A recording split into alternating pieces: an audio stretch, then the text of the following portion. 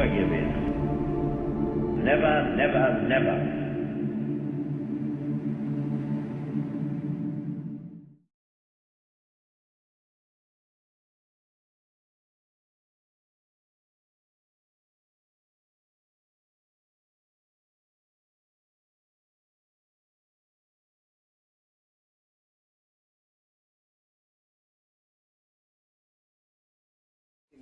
Well, our officer, I think at Parham, was the one that was asked to find suitable fellows what knew the countryside well. That was his biggest thing, to know the area well by day and night. So, yes, I volunteered. And then, when we reported to Little Lemon, that Sunday afternoon, we were met by some very, well, we thought they were very smart officers and very down-to-earth people. They said, the first thing they thumped into us, the Germans were coming. They were absolutely convinced the Germans were coming. And they said we must be prepared for it. Now, he said, from now onwards, he said, secrecy is absolutely vital to you. We shall train you what to do. And he said, just to demonstrate today, he said, you will be taught, he said, to use high explosive for sabotage work and that sort of thing. And just today, we'll whet your appetite. We'll show you what a piece of explosive will do to a piece of steel. Because we were as green as grass. We stood back about 5 or 6 yards, you see, and watched this operation take place. He got a fairly thick chunk of steel. And he said, now we'll cut that clean in halves, he said, with this explosive, and just demonstrate to you. So, because we were green, we didn't take much cover. Well, we thought that was going to do it very gently. We were absolutely green at it. Well, that was a mighty explosion. We thought everybody would be killed. Everybody got covered with a piece of dirt, but it cut that piece of steel as clean as a whistle. He said, it won't come near you. It won't come near us. He said, oh, he showed exactly what would happen. He was so sure of himself. We were absolutely staggered, you see. He said, we won't do any more today. This is Sunday. He said, now, we will start. He said, speed is another thing, very essential. He said, the Germans will soon be here. This was September. He said, we will have a meeting at the local village hall next Tuesday night. I expect you to be there, he said, at 7 o'clock. There was a little gang of us around this area, two people from about 7 different little areas. We all met at this village hall. When we got there, we were absolutely amazed. There was an armed guard on the door, and another person walking round and round the hut to see nobody went anywhere near that hut to hear what was going on. And then he disclosed to us what we were really expected to do. He said, we're done, we've cleared up all the south of England. He said, we're moving fast up this area to build hideouts and that for you people. You will be trained, he said, to operate behind the lines should the Germans come. To observe everything what's going on, nowhere to report it back to, and after they're gone through, to be able to sabotage and be a perfect nuisance to them.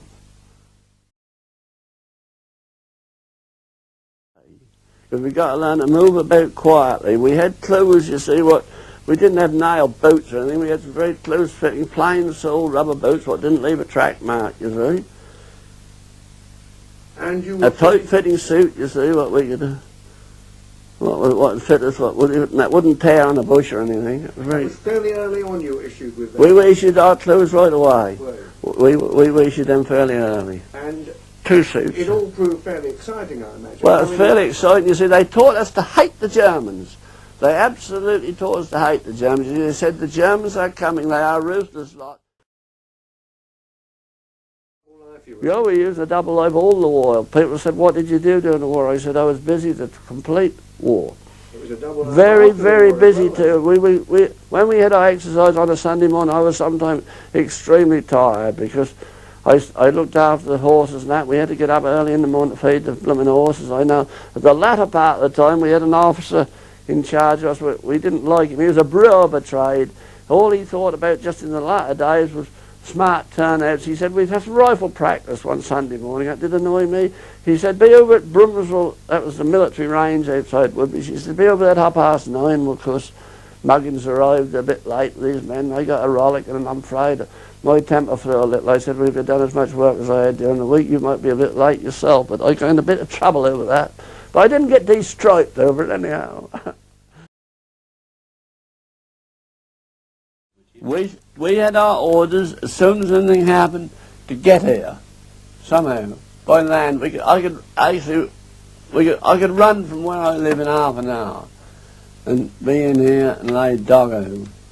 We'd got the food supplies. We were all right. I did tell my mother that after a week would she put some certain food at home in a certain place outside in the buildings, and should we want it, we would collect it.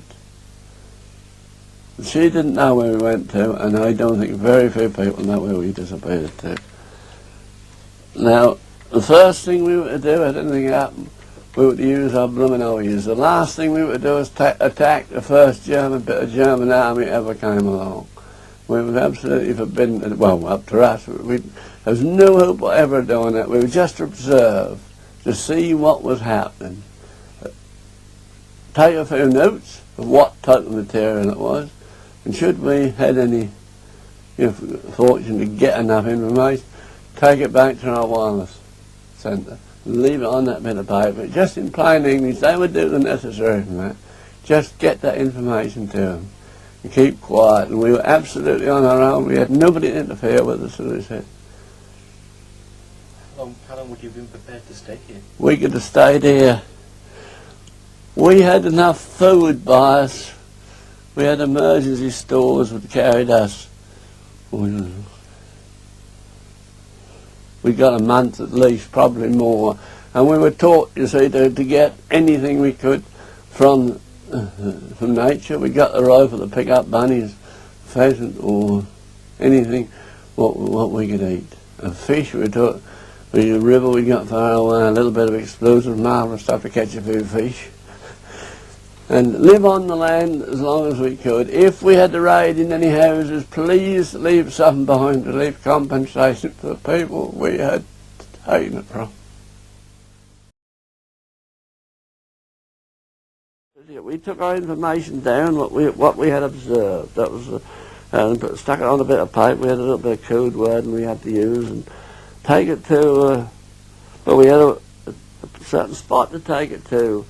There's a low-powered wireless set being operated in a certain area. We were given the map reference to where it taken to. We had to place this note under a ploughshare, under a certain shepherd's hut, a couple of miles away. But when I saw the map reference, to my astonishment, it happened to be my cousin. But we were forbidden to ever go in the hut. We were only just to go behind this hut and put this piece of paper under the ploughshare and pretend we'd been attending to the needs of nature and clear it away as quick as we could. That was what we just asked to do. Now, what about the code you had to write in? Well, it was depends. it complicated? No. I can't think what it was now. No, that's simple. Very little code, and most of it was in straight, plain language. It could then be transmitted. He'd only got to lift a piece out of his floor, and he could put his hand down. We found years afterwards, he could put his hand down and pick the note up and push it out on a very low transmitter to where we didn't have got a clue where it was going to. When it was being constructed, it was the tile was always put round it. There were holes being put down for emergency supplies of food for the civil population that might be needed. You see, so that helped. You see, because they would never split on anything that they'd got food that they might have, would they? So that was the tile the army all put out. They were for emergency food stocks, and it worked. Well, because when we were out on our night times, when we should have slept in our hideouts one night per month.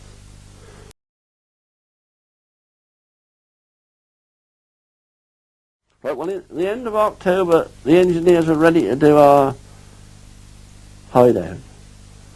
The site proposed for it I rather objected to it because I thought, well, if we dig and get down in here, we're going to have clay subsoil. I thought, yes, we're going to have a big water problem down there. So they had another rethink, and they said, will you have a look round? Have any suggestions? So I came up with some suggestions that we moved down, well, towards the east, as the soil was sandier there. I said we should have, the drainage would be better.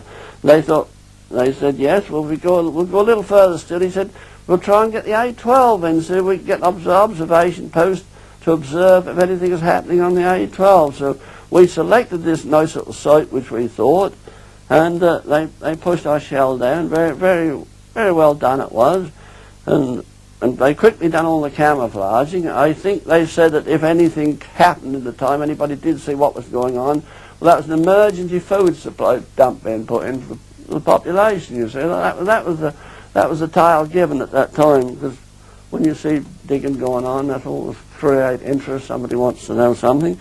Anyhow, it was built with a lookout post right on top of the A12 in a very strategic point, so they could see either coming from the east or east-west, both directions. Very good. And connected to the main hideout by underground telephone, which we used the fence wires to take our current. They worked extremely well to our amazement. We camouflaged the wiring in it so that nobody should spot it. But so you actually used the fence wires as the... halfway around the wood. We joined up the corners, and it worked extremely well, just plain wire through concrete posts. We didn't think it would work, the telephone, but it did. And you had secret entrances for the hideaway and the observation? Absolutely, yes. We only had a periscope in the observation post just to see that was clear when we came out. That would look down the road each way, to see, but your natural eyes were better than your periscope.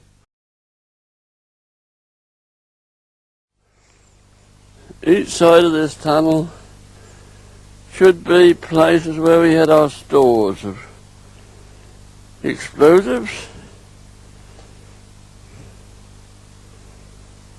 In the next one would be probably all our stores, our food, our water, etc. Probably some paraffin oil as well. And then the next one after that should be our detonating equipment. They were never kept adjacent to that was the golden rule, they were never kept anywhere near the explosives. Somewhere along there should be a point too where we used as a toilet, which we had to see to and empty in the hours of darkness. This end should have been our fresh air intake. Our discharge of foul air should have been at the highest point at the far end. There's something. Yeah, the exercise at Parham Hall one night. They were just trying to think what they were something to the tank corps. So they had a big depot at Cleveland Hall, and all the officers lived in Parham Hall at that time, and they wished us to have a go at their defences one night. So because we agreed, I think probably 10 o'clock start to 1 o'clock in the morning. That was about our 3 hour run. You say, well, two of our chaps knew, they may have cheated a little bit, they knew the caretaker of the hall. They did ask him to certain door right round a certain spot, make sure the bolt wasn't in that particular night. So that was one of the things for knowing your country, showing the illustrator knowing your countryside well. And they succeeded in getting in this door, and they got in, and they got right into the commanding officer sitting in his room at his table doing his paperwork, and he was most annoyed about it. He was furious about it. Unfortunately, I got caught that night. Never mind, I didn't. I thought you were a decoy. I was. That's just what I was, a decoy around the far end of the building.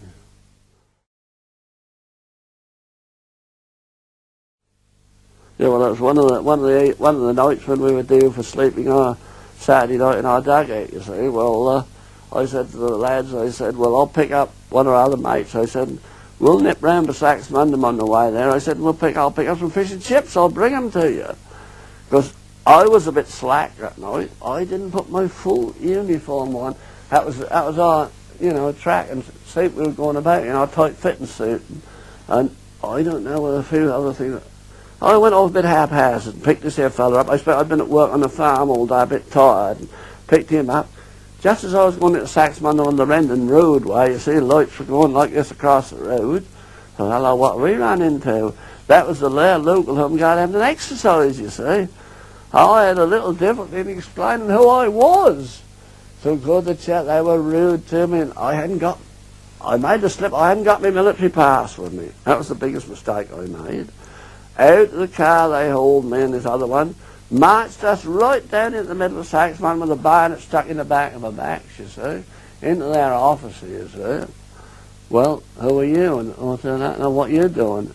I wouldn't split too much. I was devilishly cagey. I said, well, you should know something about our little lot. And he started to be a bit shirty, and I weren't very good mood myself. And after quite a bit of argument, I said, well, would you phone a certain number?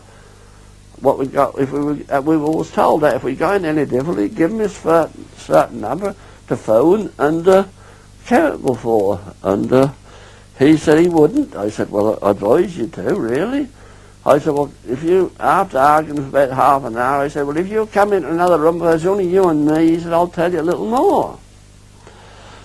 And he gave in to that after we'd been talking. In that time we'd wasted, I expect, an hour from the time we were first picked up. And he came through, and I persuaded him. He said, well, I do know something about your lot now. And I said, well, really, what were you doing really? I said, well, I want some fish and chips for the rest of the lads. I said, we shan't get any tonight now, as late as this on a Saturday night. And after quite a bit of persuading, I did persuade him to let us go. Now I said, please, can I have escort to your other end of your town to let me go on my way? Please, sir. I had to knuckle down to him. And because he got so inquisitive and that, he actually joined in our lot after then. He was one of our officers. He was the only decent officer we had. But he laughed at me several times about it, but unfortunately the poor old boy has passed on now. He had real high-powered ones. It had a telescopic sight on, very good indeed, and a very, very efficient silencer. That was for use for 2 or 3 things. That would either get our food supplies, which we could live on the fat of the land with, rabbits, pheasant, anything, fill us if we were short of food. It would also plug a guard. We could get a guard on somewhere without any sound at all, or get the tracker dogs, whichever could be used against it. Anybody could use it, could kill a dog at 100 yards. Brutal. And the dogs were an enemy for you because you were underground? Scent. They would scent us down. We always supplied with material to put on the land to distract the scent. What it was, I don't know. Sprinkle it on, and that would confuse them.